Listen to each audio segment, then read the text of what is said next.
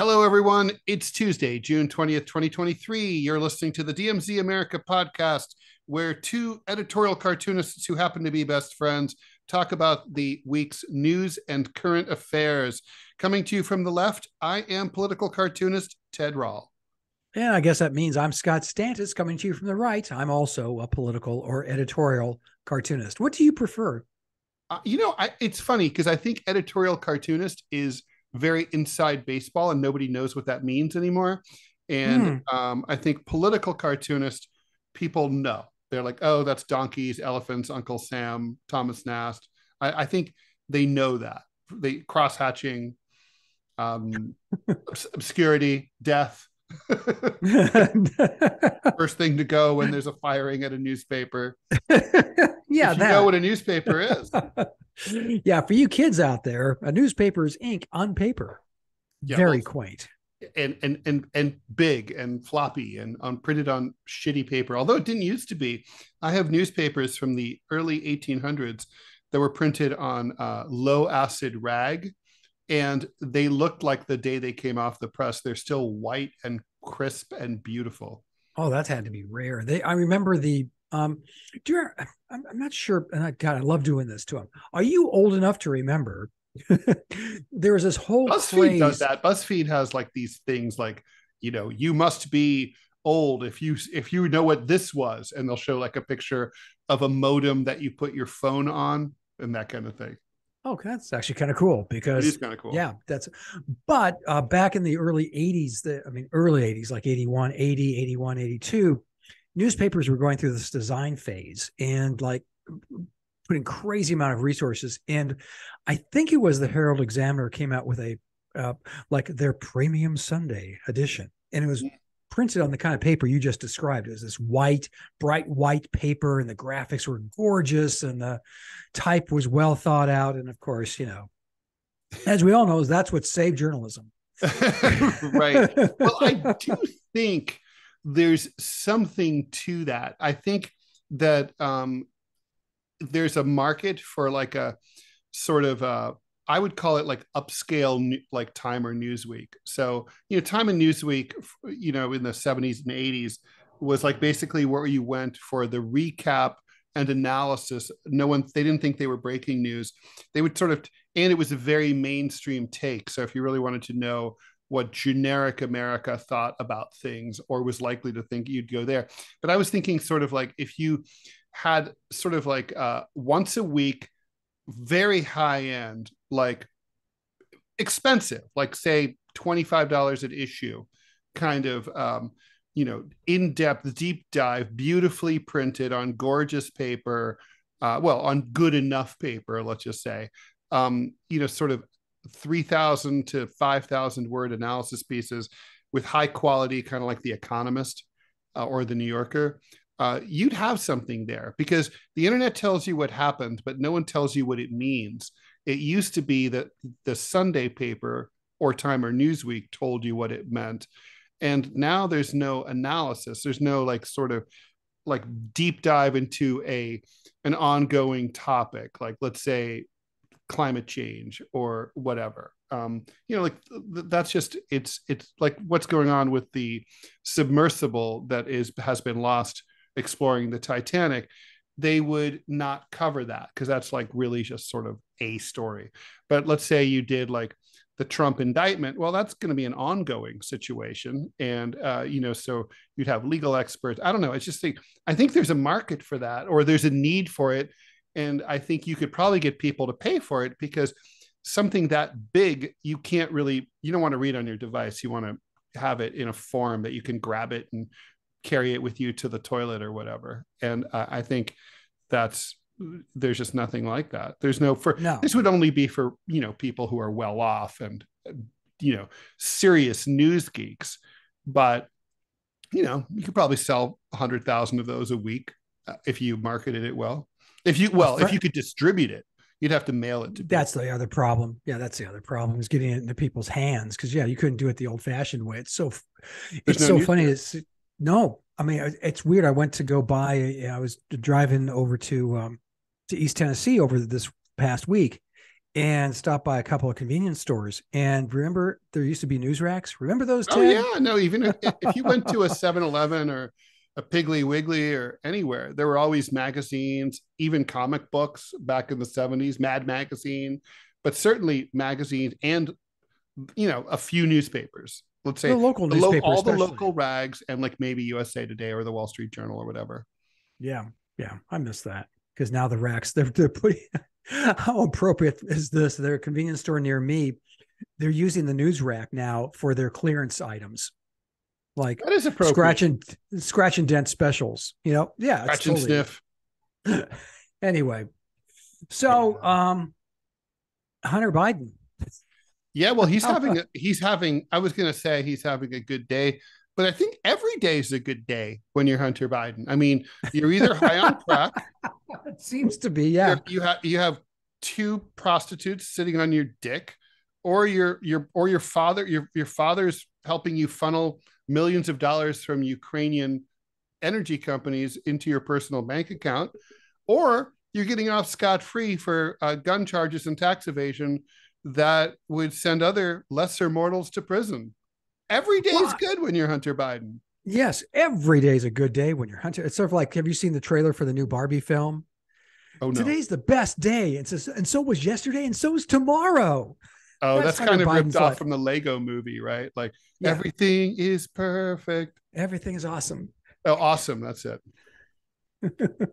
Yeah, Hunter Biden. I guess it's hard to have a bad day when your name is Hunter Biden. But I got to ask you, tell me, okay, so for those of you who may not have heard the news yet, it was breaking this morning. He has plead out on the tax evasion stuff. He did not pay on 100,000, which seems like a strangely round figure to me, Ted, but I could be wrong. But Is that 100, approximate or is that for real? that's what the New York Times was reporting. If I read it correctly earlier today, he owed 100,000 from a year ago and another 100,000 from the year before that. Now, those seem to be, maybe they are rounded up or down or whatever. But so he's going to be, forgiven for that.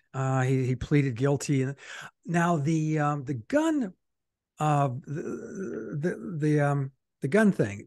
Correct me if I'm wrong. He had bought a gun when he was stoned, which. The 100,000 is approximate, just so you Oh, know. is that it? Oh, Mhm. okay. Mhm. Oh, thank you. Because, like I said, I just saw those numbers. I went, wow, that's weirdly rounded. But by the way, if you earn, and I put that in scare quotes, $1.5 million, crackhead, and you owe 100,000, you were such a churlish asshole, degenerate motherfucker that you didn't pay $100,000 on income tax on your $1.5 million in ill-gotten earnings, in scare quotes. What, I mean, shouldn't you go to prison just for being an asshole? just, I mean, that's what they're doing to Trump, right? I mean, we'll get to that later, but Trump yeah, is yeah, basically yeah. being charged for the same shit that Biden did, but for being a dick about it.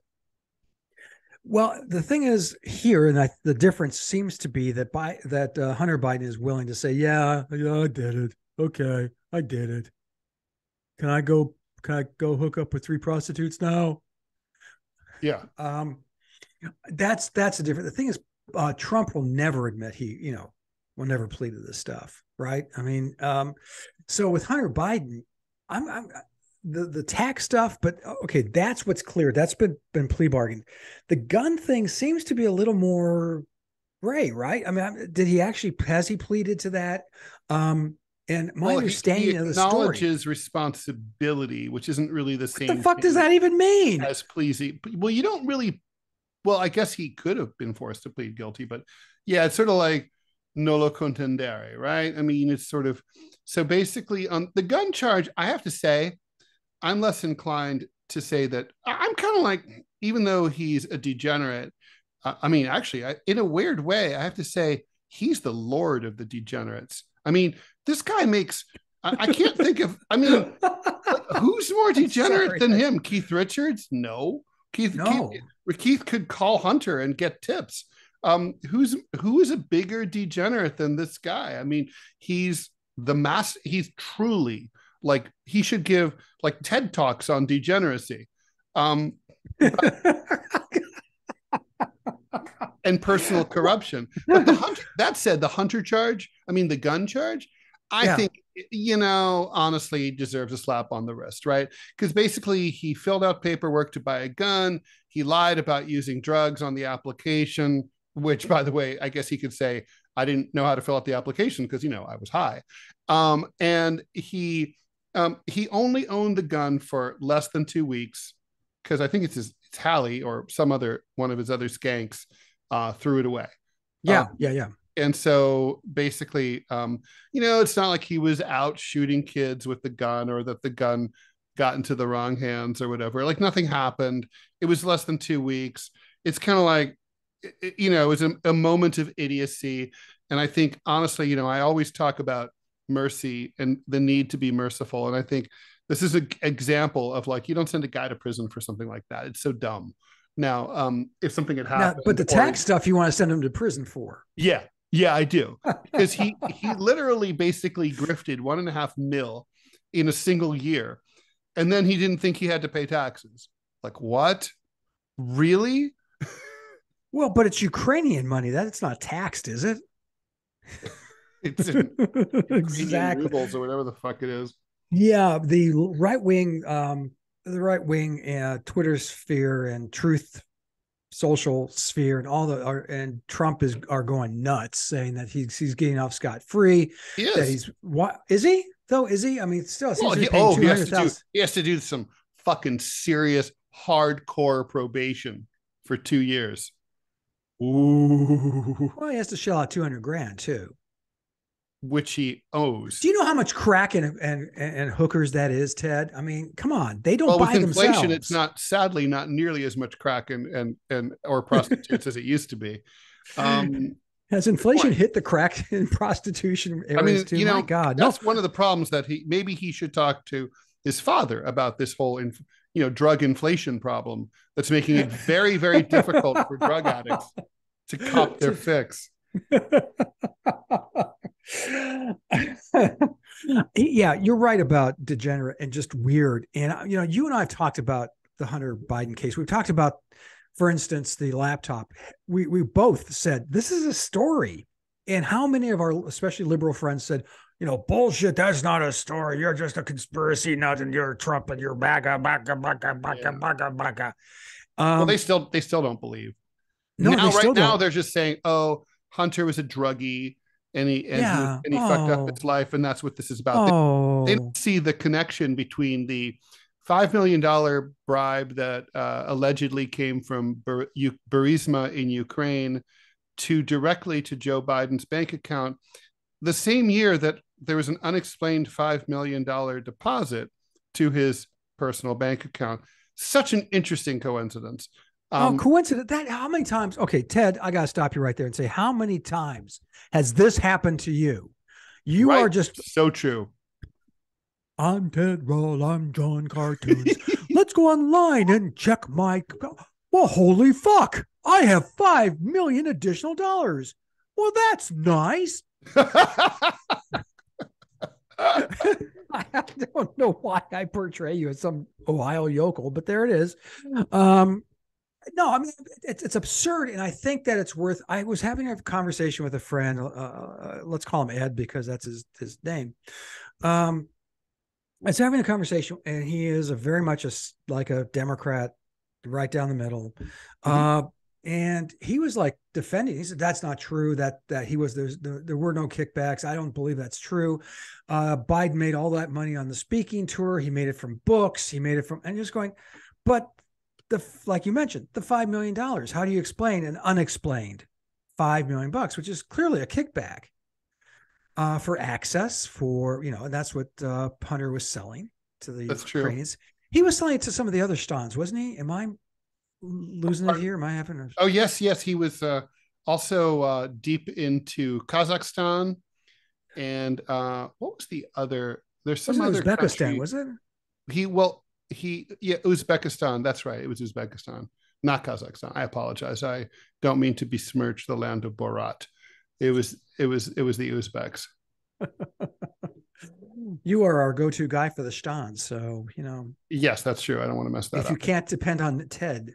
on the stands. You just can't depend on anything in this That's so world. true. So you think the Republicans have a point? You think they have a legitimate grievance here, saying that Hunter Biden is just skating on this stuff, and well, there's he's getting away with it. There's a place called Manhattan Mini Storage here, and you can guess what it is, right? It's offsite storage.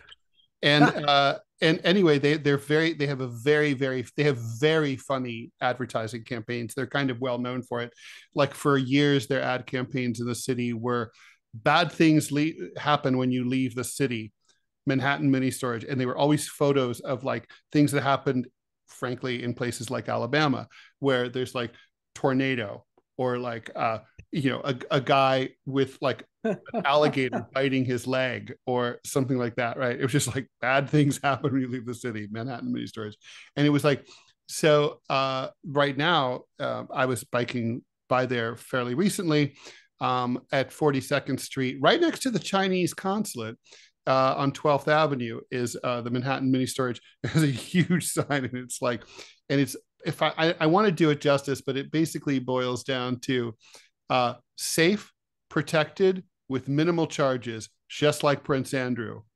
And I think that's Hunter Biden's life. Hunter Biden is America's Prince Andrew. That's probably the smartest thing I've said today.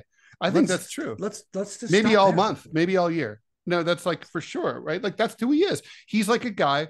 He can do no wrong. He'll never be held accountable for anything. Now, Republicans can whinge about the specifics, and they might be wrong about the details, about their comparisons or whatever. But in the broad strokes, is this guy protected because of who he is? 1 fucking million %. Even if it happened to another cis white male like you or me, Scott, I don't think we're getting off with 2 years probation, even though it would be our first offense. It's just, I think they'd come down a lot harder. You and I have a colleague who's a Pulitzer Prize winning editorial cartoonist whose father was sent to prison for 10 years due to tax evasion. He owed less money than Hunter Biden. Wow. So can you tell me who it is? I will. I'm going to put this on mute right now. I'll pause it. Shit, how did I? Right? So Jeff McNelly? Really? No, it's not him. No, it's not Jeff. Jeff is dead. Well, yes, Jeff still at some point had a father though who could have evaded taxes, but we don't know. Jeff McNelly's father was the editor of the Saturday Evening Post. See, he was also protected. I mean, yes. I'm not kidding. It doesn't hurt your career in cartooning and journalism to have a father like that. The Saturday Evening Post was a monster. Oh yeah. And so was Jeff McNelly's father, apparently. Was he a dick? Oh yeah. Yeah, just horror, just a horrid, kind of typical like Don Draper on steroids, kind of girlfriends that the family met, and just horrid. Okay, well, all right then. So anyway, so I guess the thing is, I guess it's kind of like, yeah, it's a good day for Hunter, and I guess it's a good day for Joe. It's always a good day for Joe. Well, he doesn't even know if it's a good day. No, every day he gets pudding. It's like, hey, I'm not dead. Am I? It's like George Burns once used to say, like, it's good to be here. At my age, it's good to be anywhere. I think I guess the question is, Scott, what does this mean politically? And I think what it feeds into is the narrative that the Biden team, the Biden family, doesn't owe any explanations to anyone. They do whatever the fuck they want. And it smells so much like the Clintons, And I think that's it's a bad look for the party, for a party that purports to be the party of the common man. And which it hasn't been for a long time, but also it's a bad look for anyone who's seeking votes in this extremely fraught political environment, which I think and we should talk about this in the next, which we will in the next segment. Yeah. I have, between you and me, never been this scared of our politics, about what's about to happen with Trump facing trial. Well, you and I both know history, and we will bore the listeners in the next segment with our knowledge. But I'm telling you, Ted is absolutely correct. There's never been anything like this in the entire history of the Republic. You have to go back to 1860. That's where you have to go. And even then, Ted, at least that was a rabid, passionate debate about a very important issue that affected millions of human beings. True. This is just bullshit. And we're coming. But I'm talking about the political consequences. What's at stake is civil war, civil conflict, the collapse of everything, the end of it all. So I don't know. Do you have anything else to say about Hunter before we move on? No, I think I think you just teed up the next segment really, really well. I'm scared. All right, then. So if you're interested in what we're selling, keep it right here. DMZ America podcast will be back in for you like 1 second. Yeah, as fast as you can listen to the 2 shakes of a cat's tail. Bye.